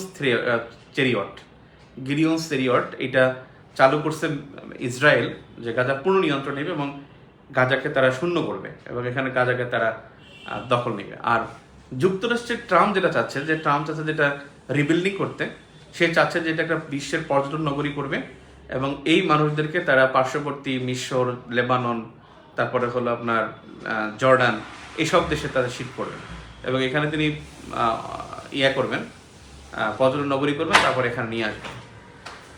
ইসরায়েলের বিষয় হলো কি, আসলে ইসরায়েলের প্রতি কেন আমি মানে ইউএসএ কেন ইসরায়েলের কথা বলে, ইসরায়েল যা বলে বা ইউএসএ যা বলে তাই হয়, বা ইউএসএ কেন ইসরায়েলের প্রতি একটা বেসিক্যালি হলো ইউএসএ দুইটা পলিসি আছে। দুইটা পলিসি তাদের হলো, একটা পলিসি হলো তাদের যে বেলফোর ঘোষণা, যে বেলফোর ডিক্লারেশনের প্রথম স্বীকৃতি দানকারী দেশ কিন্তু ইউএসএ, 1979 প্রথম বেলফোর ঘোষণার প্রথম অনুমোদনকারী দেশ। অথচ বেলফোর ঘোষণা দিয়েছে কিন্তু ইউকে, ফার্স্ট কিন্তু USA, second UK, third France, fourth Italy. এই 4টা দেশ কিন্তু বেলফোর ঘোষণার তারা কিন্তু অনুমোদনকারী। এখন তাদের কাছে এই একটা ইস্যু যে আমি বেলফোর ঘোষণার আমি ফার্স্ট অনুমোদনকারী, তার মানে আমার এটা একটা দায় হয়ে গেছে যে ইসরায়েলকে রক্ষা করা। সেকেন্ড যেটা, সেটা হলো যে ইউএসএর এটা একটা ইগোটা হলো 1956-এ যখন ইউএসএ একটা আইজেনহাওয়ার ডক্ট্রিন দেয়। এই আইজেনহাওয়ার ডক্ট্রিনের উদ্দেশ্য ছিল কি? উদ্দেশ্য ছিল দুইটা। আইজেনহাওয়ার হলো ইউএসএর একজন প্রেসিডেন্ট ছিলেন এবং তিনি ন্যাটোর মহাপরিচালক ছিলেন। এই আইজেনহাওয়ারই কিন্তু দ্বিতীয় বিশ্বযুদ্ধের সময় মার্কিন সেনাপতি ছিলেন আইজেনহাওয়ার। এই আইজেনহাওয়ারকে যখন সেনাপতি বানায় ট্রুম্যান, তখন সে একেবারে নিচ থেকে নিয়ে আসে। যিনি সব সেনাপ্রধান ছিলেন, নামটা ভুলে গেছি, উনি ছিলেন একটু অলস প্রকৃতির। আর ইনি কি ছিলেন? ইনি ছিলেন খুব ট্যালেন্ট, কিন্তু উনি ছিলেন কম ট্যালেন্ট, আর উনি ছিলেন বেশি ট্যালেন্ট। আর উনি ছিলেন অলস, আর উনি ছিলেন কি মানে খুব ফাস্ট ছিলেন। আইজেনহাওয়ার ছিলেন খুব ফাস্ট, মানে এই জন্য সে তাকে পিক করে এবং ওনাকে পিক করার পরে কিন্তু দ্বিতীয় বিশ্বযুদ্ধে ইউএসএ যে জয়টা পাওয়ার পরে তাকে পুরস্কার হিসেবে ন্যাটোর মহাপরিচালক বানানো হয় এবং সে পুরস্কারটা লুফে নিয়ে পরে কিন্তু ইউএস প্রেসিডেন্ট হয়। এবং এই আইজেনহাওয়ার ডক্ট্রিনের তার নীতি ছিল দুইটা। একটা ছিল যে মধ্যপ্রাচ্যের শান্তি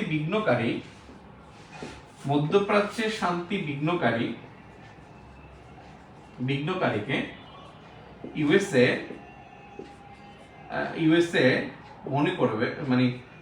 মনে করবে সে ইউএসএ শান্তি বিঘ্নকারী, অর্থাৎ মধ্যপ্রাচ্যে যে শান্তি বিঘ্ন করবে সে আসলে ইউএসএ শান্তি বিঘ্ন করেছে। অর্থাৎ মধ্যপ্রাচ্যে শান্তি প্রতিষ্ঠা বা কাজ, এটা হলো ইউএসএ। এটা একমাত্র ইউএসএ মধ্যপ্রাচ্যে শান্তি প্রতিষ্ঠা করবে এবং মধ্যপ্রাচ্যের স্বার্থ নিয়ে ইউএসএ কথা বলবে এবং মধ্যপ্রাচ্যের জন্য বিশাল একটা অনুদান সে ডোনেশন দেয় এবং দেওয়ার পর বলছে যে মধ্যপ্রাচ্যের সবকিছু ইউএসএ। সেকেন্ড যেটা বলে, সেটা হলো তার ইউএসএর জন্য একটা পলিসি যে এই পলিসির কারণে সে মধ্যপ্রাচ্যের কথা বলে, সেটা হলো যে যদি মার্কিন মিলিটারি ইন্ডাস্ট্রিকে টিকে রাখতে হয়, অর্থাৎ ইউএস মিলিটারি ইন্ডাস্ট্রিকে টিকে রাখতে হলে, মিলিটারি ইন্ডাস্ট্রিকে টিকিয়ে রাখতে হলে হয় ইউএসএ কে যুদ্ধ করতে হবে নয়তো যুদ্ধাবস্থা বিরাজমান রাখতে হবে।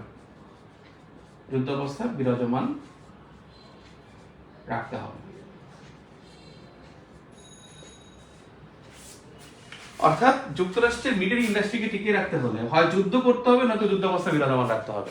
অর্থাৎ এমন একটা অবস্থা তৈরি করবে যে আসলে যুদ্ধ হবে, সেখানে সবাই যেন সবার জন্য সেফগার্ড হিসেবে অস্ত্রীকরণ করে। এখন দেখেন, পৃথিবীতে সবচেয়ে অস্ত্র রপ্তানি করে কে বেশি? ইউএসএ সবচেয়ে বেশি অস্ত্র রপ্তানি করে সবচেয়ে বেশি অস্ত্র রপ্তানি করে ইউএসএ, এবং পৃথিবীর মোর দ্যান 5% প্লাস সে আর্মস এক্সপোর্ট করে। এবং এই যে আর্মস এক্সপোর্ট করে, এক্সপোর্টের 52 ছিল, এখন 49% এক্সপোর্ট করে হলো মধ্যপ্রাচ্য। যুক্তরাষ্ট্র যে রপ্তানি করে তার 49% মধ্যপ্রাচ্যে সে রপ্তানি করে। এই জন্য মধ্যপ্রাচ্যে সে ক্রাইসিস লাগিয়েই রাখবে, এবং মধ্যপ্রাচ্যে ক্রাইসিস লাগিয়ে রাখার কারণে আপনি একটা জিনিস দেখবেন, মধ্যপ্রাচ্যে সে ক্রাইসিস রাখার কারণে কি হবে? মধ্যপ্রাচ্য অস্ত্র কিনবে। আপনি কি জানেন $142 কোটি অস্ত্র চুক্তি হয়েছে কাতারের সাথে ইউএসএ? Do you know? আপনি কি জানেন যে 60 কোটি অর্থাৎ $60 বিলিয়ন একটা চুক্তি হয়েছে ইউএসএর সাথে ইউএইর, যেটা হলো আপনার $60 কোটি একটা চুক্তি হয়েছে ইউএসএর সাথে ইউএইর, সেটা হলো অস্ত্র চুক্তি, নিরাপত্তা চুক্তির নামে অস্ত্র চুক্তি। এখানে ইসরায়েল একটার পর একটা আধুনিক অস্ত্র ব্যবহার করবে। আপনি কল্পনা করতে পারবেন ইসরায়েল আপনি ব্যবহার করবে, এটা মানে সবাই জানবে যে ইসরায়েল ব্যবহার করে, এবং যে বোঝা সে বুঝবে যে এটা আসলে ইউএস এর অস্ত্র।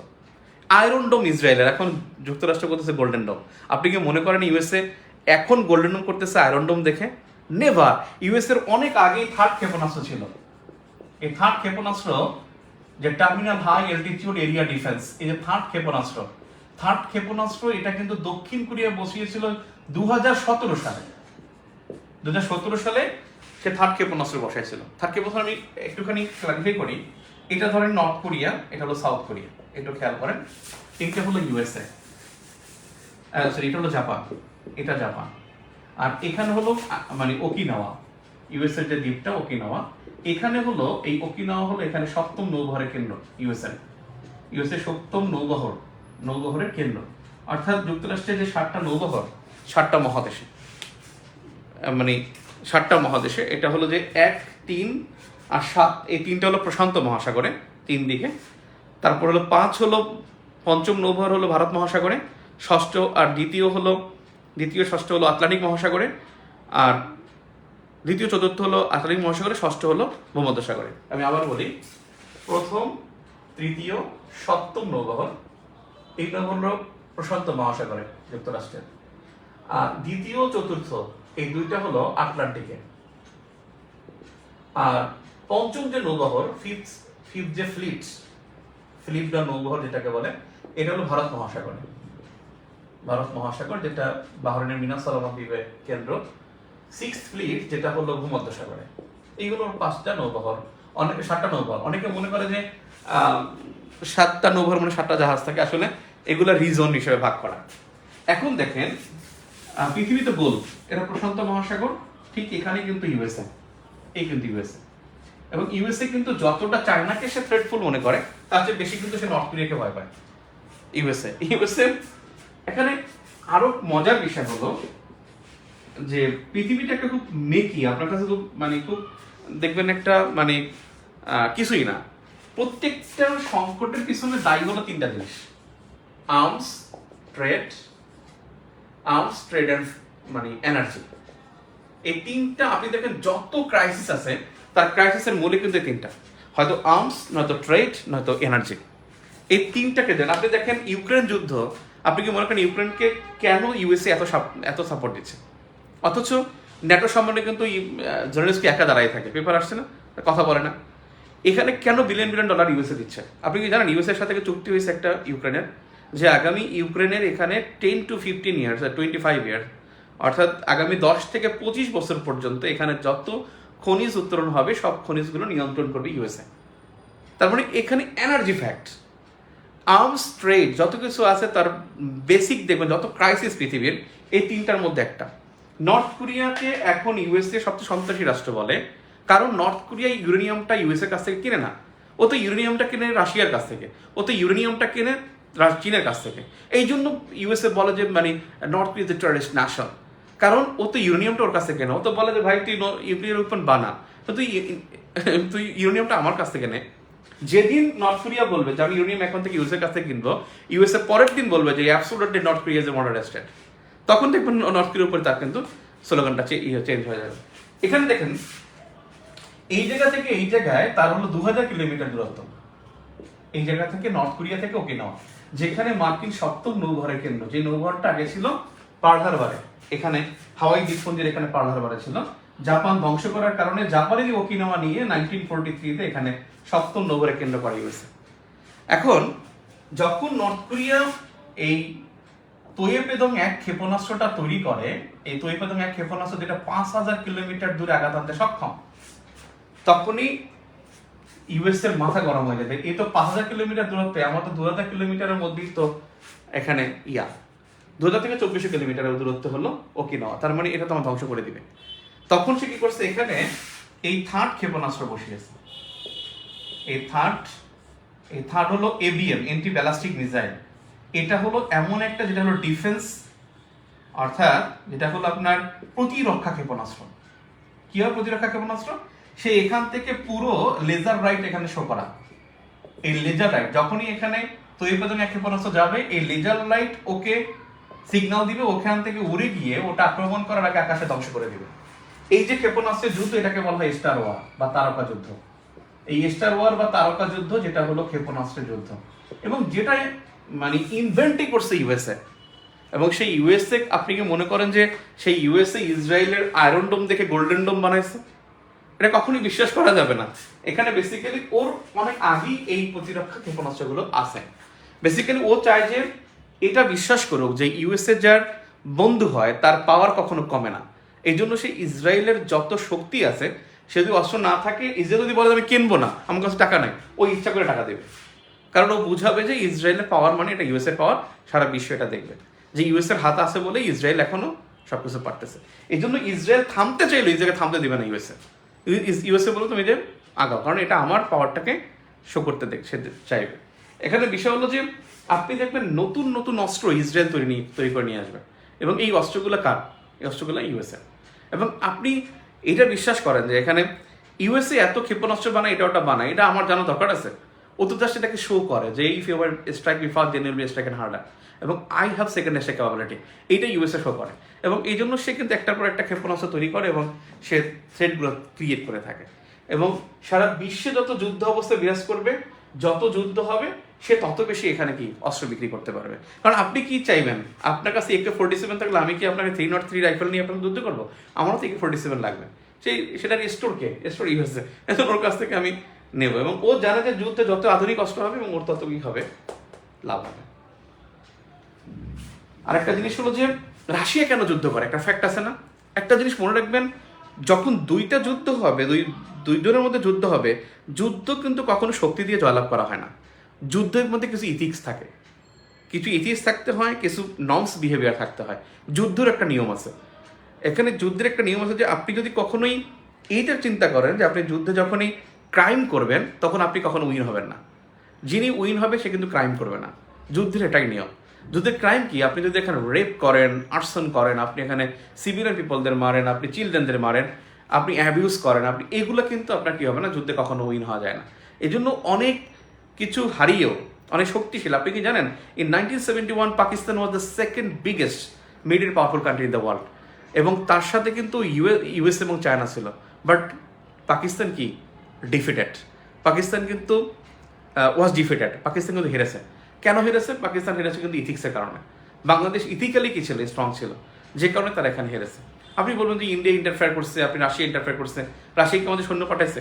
ইন্ডিয়া তো লাস্টেই পাঠালো, কিন্তু বেসিক্যালি তারা কিন্তু আগের 9 মাসে খুব জিতেছিল। তার মধ্যে আমরা কিন্তু সারা বিশ্বে কিন্তু আলোড়ন সৃষ্টি করতে পেরেছিল যে বাংলাদেশে ক্রাইম হচ্ছে, বাংলাদেশে অপরাধ হচ্ছে, এটা সেটা হচ্ছে। সেই ইন্টারন্যাশনাল ইমেজটা সে পায়নি এবং শেষ পর্যন্ত সে কিন্তু এখানে একটা জিনিস হলো, যখন রাশিয়া যে যুদ্ধটা করে, রাশিয়া হলো কি অস্ত্রগুলো পরীক্ষা করে দেখে আসলে তার অস্ত্রগুলো ঠিক আছে কিনা, ওর অস্ত্রগুলো ঠিক আছে কিনা, কারণ ও তো অস্ত্র মানে সেই দ্বিতীয় বিশ্বযুদ্ধের সময় সেই বারুস পরিকল্পনার আগে 1946-এর আগে, সেগুলো এখন এক্সারসাইজ করে কিনা সেগুলো দেখার জন্য সেগুলো যেটা করতেছে, কারণ তার এখন সেই পরিমাণ ইকোনমি নাই যে সেখানে মিলিটারিতে সে ইনভেস্ট করতে, সেটা সে করতে পারে না। তার একটাই আছে, সেটা হলো পারমাণবিক শক্তি আর তার বিশাল আর্কটিক রিজন, যে আর্কটিক রিজন থেকে সে প্রচুর পরিমাণে অয়েল অ্যান্ড গ্যাস এখান থেকে সে উত্তোলন করাতে সক্ষম। এবং রাশিয়াকে সবাই ভয় পাচ্ছে যারা সুপার পাওয়ারফুল, যে একটা সময় যে অয়েল নিয়ে যুদ্ধ হবে, এনার্জি নিয়ে ক্রাইসিস হবে, সেই ক্রাইসিসটা তখন হ্যান্ডেল করবে রাশিয়া। এবং রাশিয়ার স্ট্রং পয়েন্টটাই হলো ওটা। আচ্ছা, আমি খুব ঝগড়া করতেছিলাম, সরি, কোথা থেকে কোথায় গেছি?